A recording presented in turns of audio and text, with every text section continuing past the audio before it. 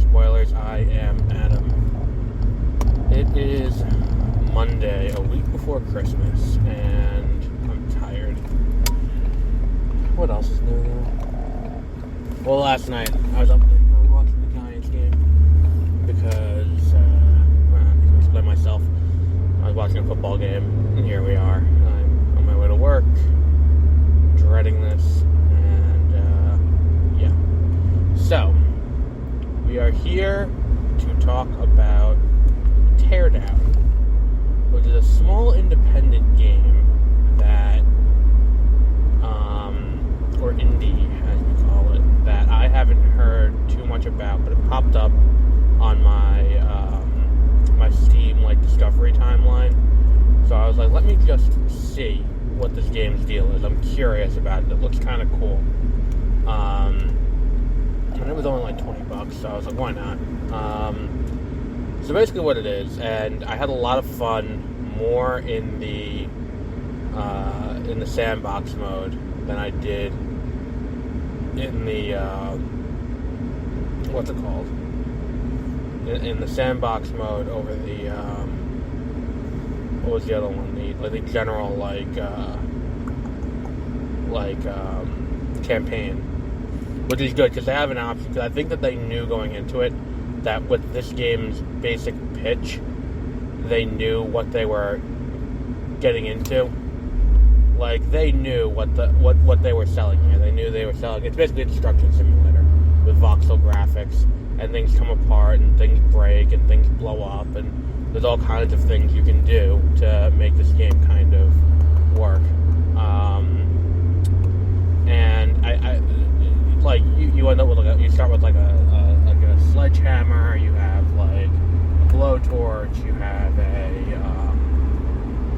a spray paint bottle, can spray paint, and there's a ton of other weapons too. There's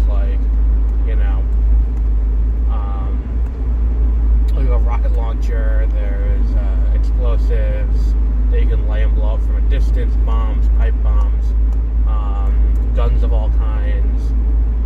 There is plenty to do in this game. Plenty to do.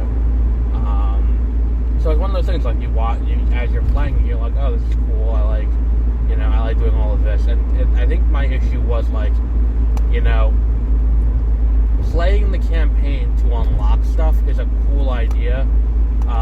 But if the campaign gets tiresome and it's I don't want to just play the campaign just to unlock stuff, especially when basically what you're doing is the campaign is basically the same as Thief Simulator, where you go back to your house, you gotta find a new mission, go out to the mission, do the thing, go back to your house, and upgrade your stuff. And it's alright, cool, but what else is there that can be done?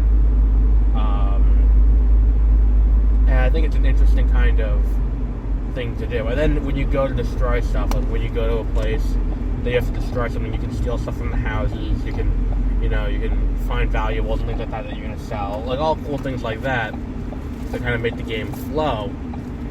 But I think that, for me at least, the sandbox mode was the most fun. Being able to spawn in stuff and deal with that, using explosives, wherever you want, picking any map you want to just go in and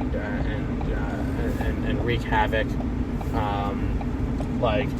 It's kind of like the destruction of property version of Postal 2, where Postal 2 was about kind of just doing brutality on people for the sake of doing brutality on people. You can play Postal 2. There is a way you can play Postal 2 without killing anyone, but the game doesn't want you to do that. The game wants you to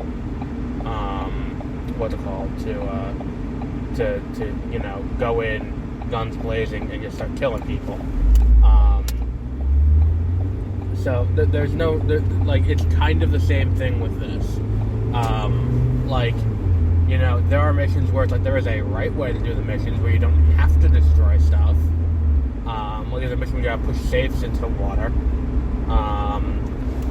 You can do that mission without destroying anything. But why would you?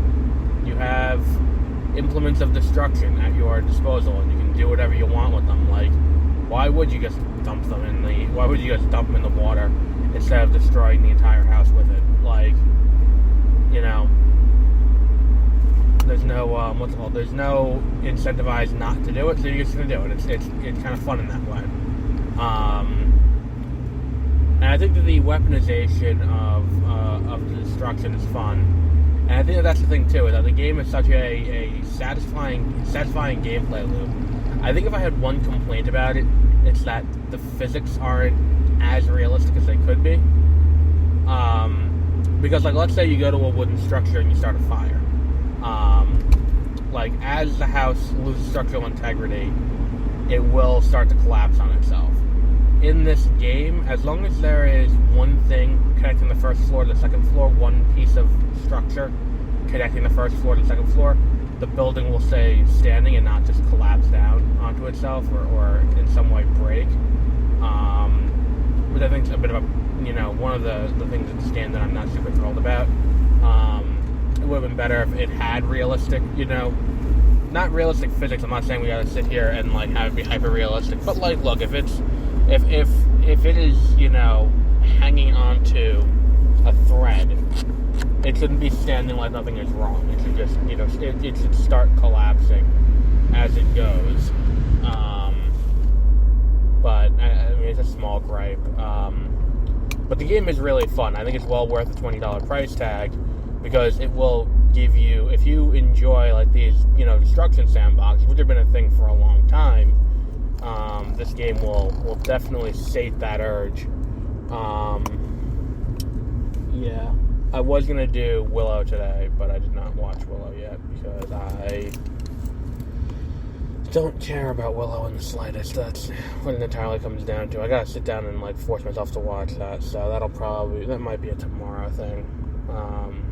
We'll see though. I don't know. I just, after, on top of it too, last night I can watch the Giants game while I play this, so that was an easy choice. And then, like, I can't watch two things at once. So yeah. What else was there? I think that's really it. It's a pretty well executed game. There's nothing about the game that's inherently bad or unfun or glitchy, which is nice. And I think that like everything kind of works once you figure it out. And it does like I said, it kind of feels like Postal 2, which is like if you want, a way to just destroy crap for the sake of destroying crap, here's a game for you. You want to burn a building down, here's a game to do it in. You want to, destroy things and just move around in a free open space, here's a game to do it in. And it's an interesting, difference to see it, to see it in this art style too, because when we think of voxel, like, art styles, like, I don't know about anyone else out there, I think of Minecraft. So for a game to do like this, and have it be looking the way it does, it is kind of an interesting thing. But again, just smaller things. Like if a tree catches fire, the fire, like, there's no differentiation between, like, leaves and tree, and like, all flammable objects have the same speed with which fire moves through it, regardless of what the object is. Which I think is a little bit of something that should have been addressed. Like, maybe when it's going through leaves, it should move faster than when it's going through wood, because wood doesn't burn as quickly. But they're all small. Like, the physics, like, here's the thing about the physics engine. It is consistent from within. So, as long as it's consistent from within, then it really doesn't matter, I don't think. As long as it's all kind of doing the same thing, then it all, then it's fine. As long as it's not, changing. And once you figure out how it works, it does all kind of, work properly. And the campaign is fun. I'm not saying the campaign is not fun. It's just, I found maximum enjoyment in Sandbox. Because I don't like being, like, in a game like this, I'd rather not be told what to do. I'd rather just be given the free reign to do whatever I want, and just, here is all of these environments you can go into, have fun, and just do whatever you want in them. You can bring in mechs and that, shoot rockets, you can bring in, vehicles, you can bring in all of this stuff, and it's like, alright, cool, I'll do all of that, and let's see what happens.